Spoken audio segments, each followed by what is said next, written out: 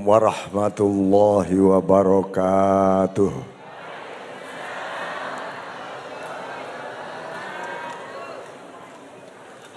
Bismillah, alhamdulillah, hamdan nasilu bihi ila kashfil hijab wa nu'addu bihi minal ahbab wa nashhadu an la ilaha illallah wahdahu la syarikalah wa nashhadu anna sayyidana Muhammadan abduhu wa rasuluhu wa safiyuhu wa khaliluh. Allahumma salli ala sayyidina Muhammad abdika wa nabiyyika wa rasulika nabil ummi wa ala alihi wa sahbihi wa sallim tasliman biqadri azamati dzatika fi kulli waqtin wa hin. Amma ba'd. Para al-mukarramun, para masyayikhus sufiyah, para mursyid, para alim ulama, para kiai, khususnya Roe Suriah Jatman Sidoarjo, Ketua Suriah Roe Suriah Nahdlatul Ulama PCNU Sidoarjo, Ketua Tamfidiyah, dan para kiai yang hadir di sini, alhamdulillah. Dan khususnya juga kepada Bapak Bupati dan seluruh jajarannya. Tidak lupa ini para ketua muslimat cabang Sidoarjo, luar biasa. Ini tanpa ibu-ibu rasanya tidak bergerak ini. Hadirin sekalian, alhamdulillah, memang biasanya saya ini di awal bulan hari Minggu itu biasanya ngaos kula teng Masjid Agung. Nggih.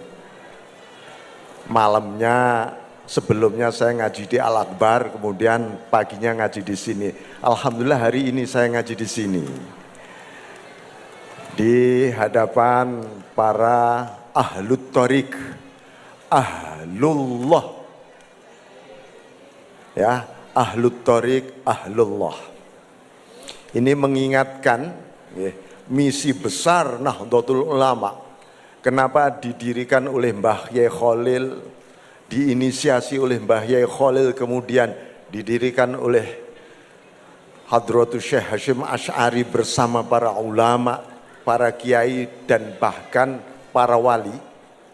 Jadi Nahdlatul Ulama ini satu-satunya organisasi di dunia yang didirikan oleh para wali dan para ulama. Itu hanya Nahdlatul Ulama. Karena itu mardhatillah, ridhone Gusti Allah itu melimpah terus. Terjaga ini Nahdlatul Ulama.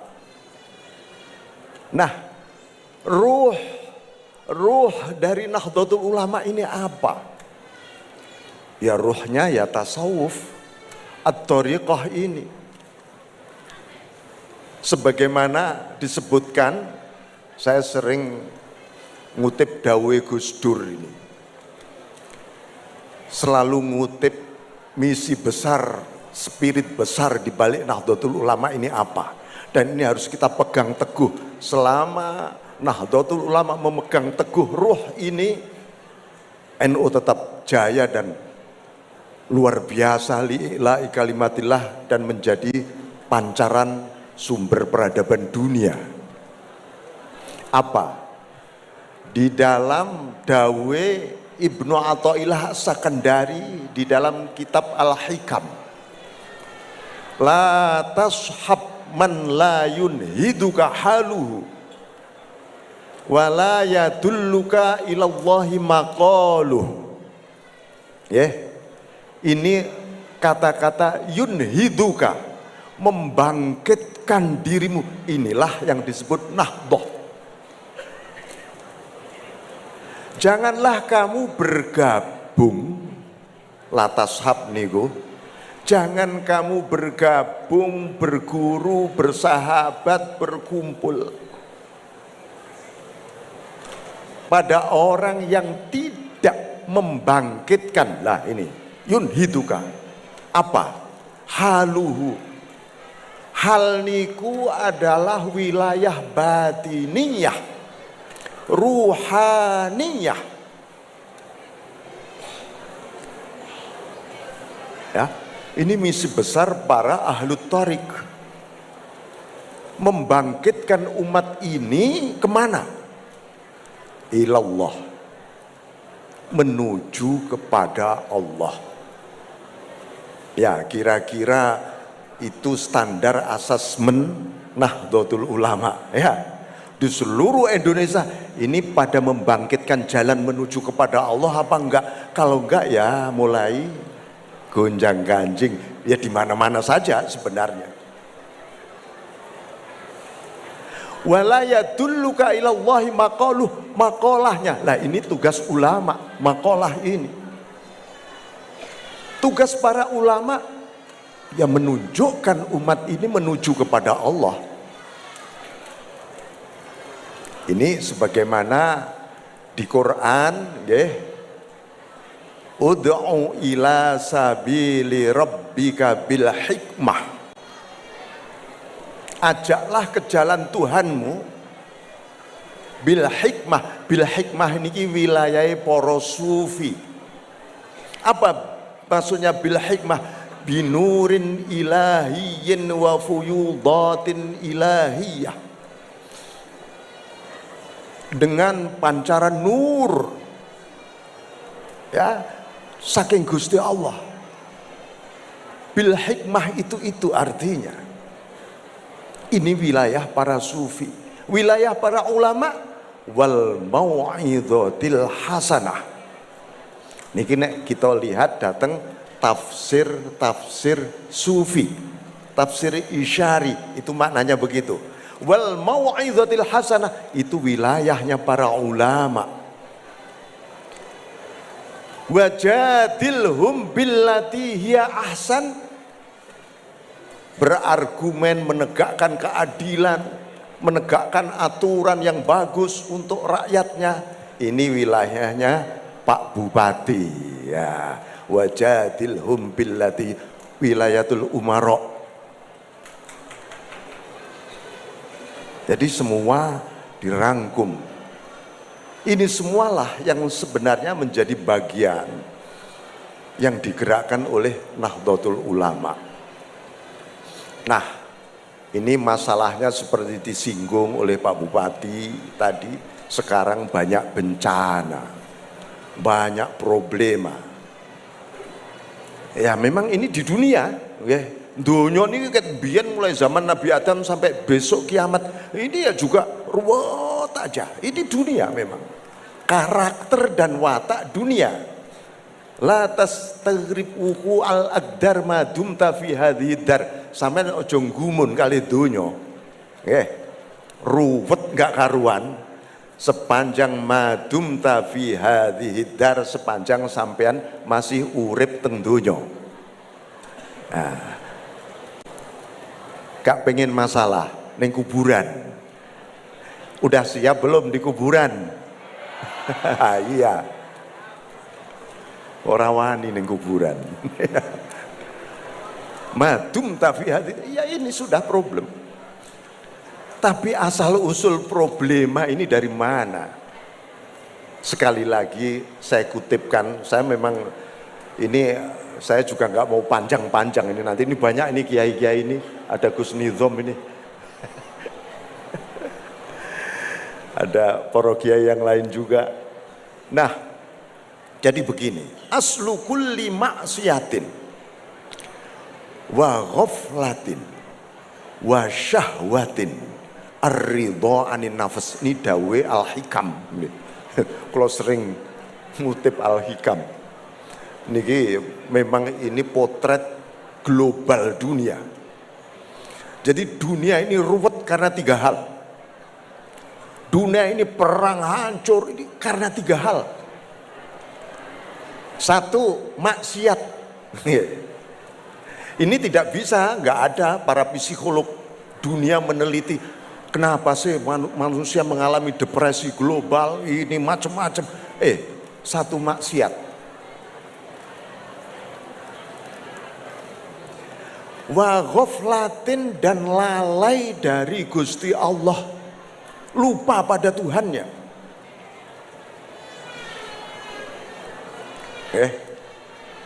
Ini sehari semalam ini ada 1440 menit, 1440 menit, 24 jam ini. Sampean eling Gusti Allah pirang menit? Nah, ini ada 1440 menit loh sehari semalam. Kita ingat pada Allah. Ma'allah, billah, lillah, ini berapa menit?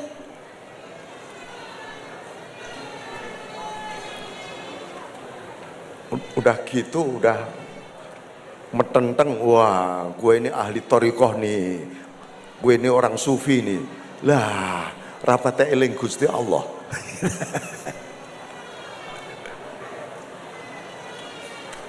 Nunggu bencana, nunggu masalah, baru geruduk-geruduk menuju kepada Allah. Bapak hadirin sekalian, wa ghaflatin wa syahwatin, nomor 3, syahwat. Syahwat ini ya syahwat seksual, syahwat hedonisme, konsumerisme, materialisme, ini semua syahwat. Nah itu yang disebut dunia. Dunia ini erat sekali dengan syahwat. Kalau manusia sudah diperbudak oleh syahwat, oleh nafsu tadi, alamat. Nah sumber 3 hal ini apa? Ar-ridha anin nafs. Karena kita ridha, seneng mengikuti selera hawa nafsu pun. Oleh sebab itu Syekh Muhyiddin Ibnu Arabi, seorang salah satu sufi besar di abad ke-7 Hijriyah, beliau mengatakan an-nafsu awwalul hijab. Nafsu niku awalnya hijab, awal dinding yang menghalangi hubungan kita dengan Gusti Allah. Saya sering menyampaikan, lah nafsu itu kalau diaksentuasikan, diwujudkan, bunyinya apa ya? Bunyinya ana, aku. Maka kata orang Jawa, kenapa kita disuruh oleh Kanjeng Nabi motongi kuku? Salah satu sunnah Rasul, motong kuku. Ibu-ibu jangan kukunya panjang ya, kuku dipotong. Itu memotong keakuanku. Nah, ini kiroto boso loh ya. Motong keakuan, memotong ego. Awal nafsu adalah ego, dan pertama kali yang menyatakan wujud nafsu itu adalah iblis. Ana khairum minhu. Aku lebih hebat daripada Adam. Ini anak kemarin sore Gusti Allah, kenapa aku harus bersujud? Aku ini diambil alih oleh pendidik, edukator, motivator, pengembangan SDM dari barat. Sampai kalau tahu ada kayak semacam satu gelombang tsunami gitu, dari barat itu membawa kegelapan dalam pembangunan SDM. Apa? Aku bisa, aku mampu, aku hebat, aku berdaya, aku kuat, aku kuasa, aku lebih dari segalanya. Itu untuk membangun SDM di barat begitu. Hebat memang, hebat. Kuat, berdaya, jadi sampai jadi super power. Tapi hebat yang zulumat, hebat yang gelap, sebagaimana dibawa oleh Fir'aun. Hebat pada eranya Fir'aun adalah superpower, dan dia pakai kata aku, aku Rabbukumul A'la, Tuhanmu paling tinggi katanya. Akunya iblis kali akunya Fir'aun bersatu, jadilah era global yang kacau ini. Ini tugas mujahadah, merangi aku ini. Mujahadah ini merangi aku itu.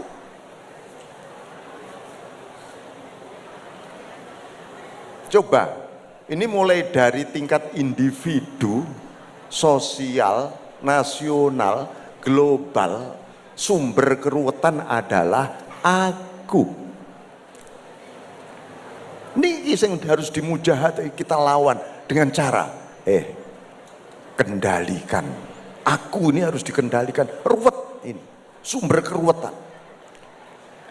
Wa aslu kulli ta'atin wa yaqdhatin wa iffatin adamur ridha anha. Akar dari pendidikan taat,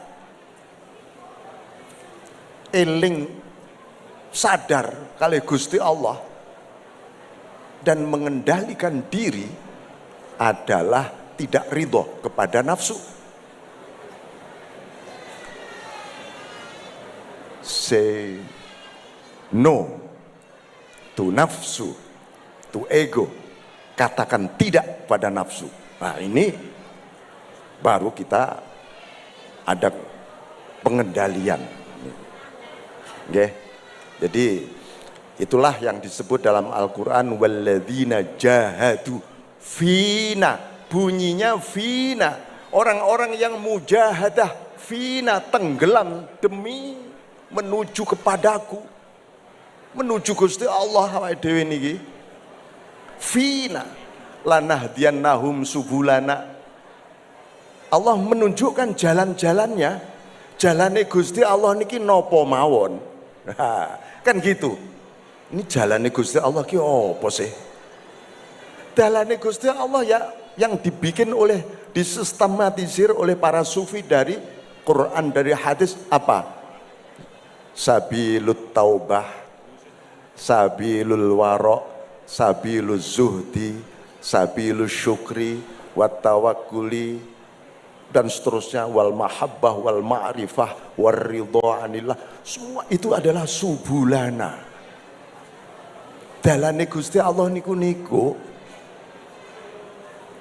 bukan jalan keluar dari pusingnya dunia ini. Dalane Gusti Allah yang menuju kepada Allah. Wa innallaha lama'al muhsinin, sampean baru nanti masuk wilayah ihsan. Nek empun mujahadah masuk musyahadah, masuk makrifah. Lah niku kan. Tapi mujahadah jahadu dulu. Perangi dulu, takhalli dulu. Tahalli baru merasakan tajallinya Allah bil ihsan. Dan itu tutupan ayat itu, wa innallaha lama'al muhsinin, orang-orang yang ihsan. Itu orang yang merasa ma'allah fi kulli waqtin wahin. Ma'allah itu disertai Allah kapan, di mana saja. Awake dhewe niki sering nyingkirne Gusti Allah. Pagi-pagi eling Gusti Allah, merasa disertai Allah. Tuhan jangan ikut-ikut dulu, saya tak nuruti nafsu dulu ini, gitu ya. Pagi-pagi itu, entar siang-siang engkau datang lagi Tuhan. Pas zuhur katanya gitu. Habis zuhur saya mau enak-enakan dulu lah Tuhan. Engkau jangan ikut-ikut. Ini menungso itu luar biasa.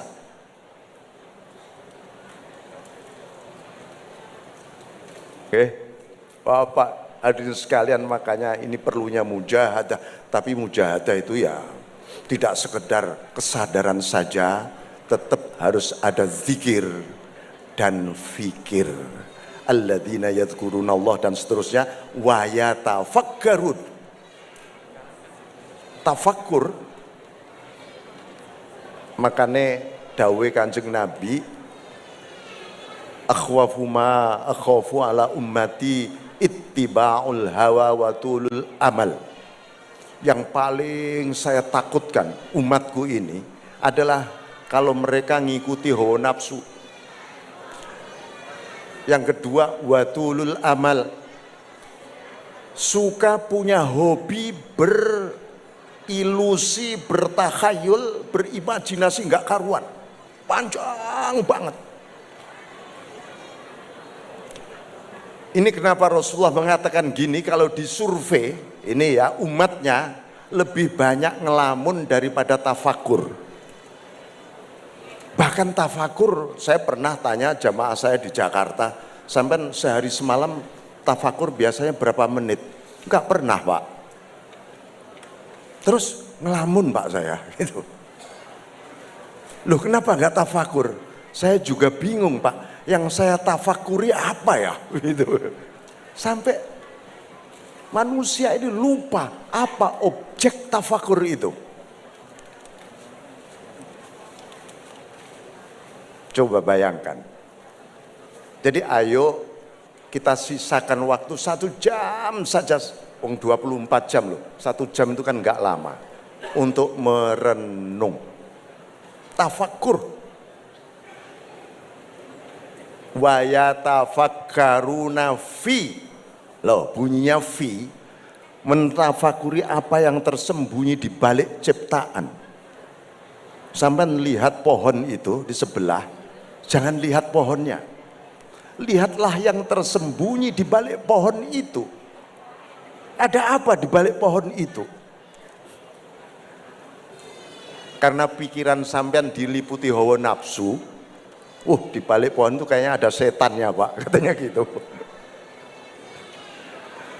Padahal fi khalqis samawati wal, di balik pohon ini ada, kalau direnungi puncak renungan, ada asma-asmanya Allah. Sampean delok pohon ini loh, langsung berzikir karena ada asma Allah di situ. Karena ada asma Allah, sampean tata pohon, sampean tanam yang bagus, nggak dijeboli, nggak dibabati sampai banjir jadi bencana karena kehilangan asma Allah.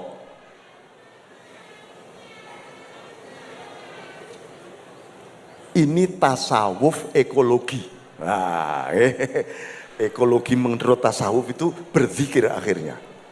Ujung-ujungnya zikrullah. Lihat angin, udara, loh di balik angin, di balik udara ada asma Allah semua. Kalau enggak ada asma Allah, pohon ini enggak pernah ada di dunia. Sampean lihat istri sampean lagi cerewet sama sampean, ya. Tang ting tung tang, itu asma Allah kabeh. Wah. Sampean enggak nesu, alhamdulillah jerene.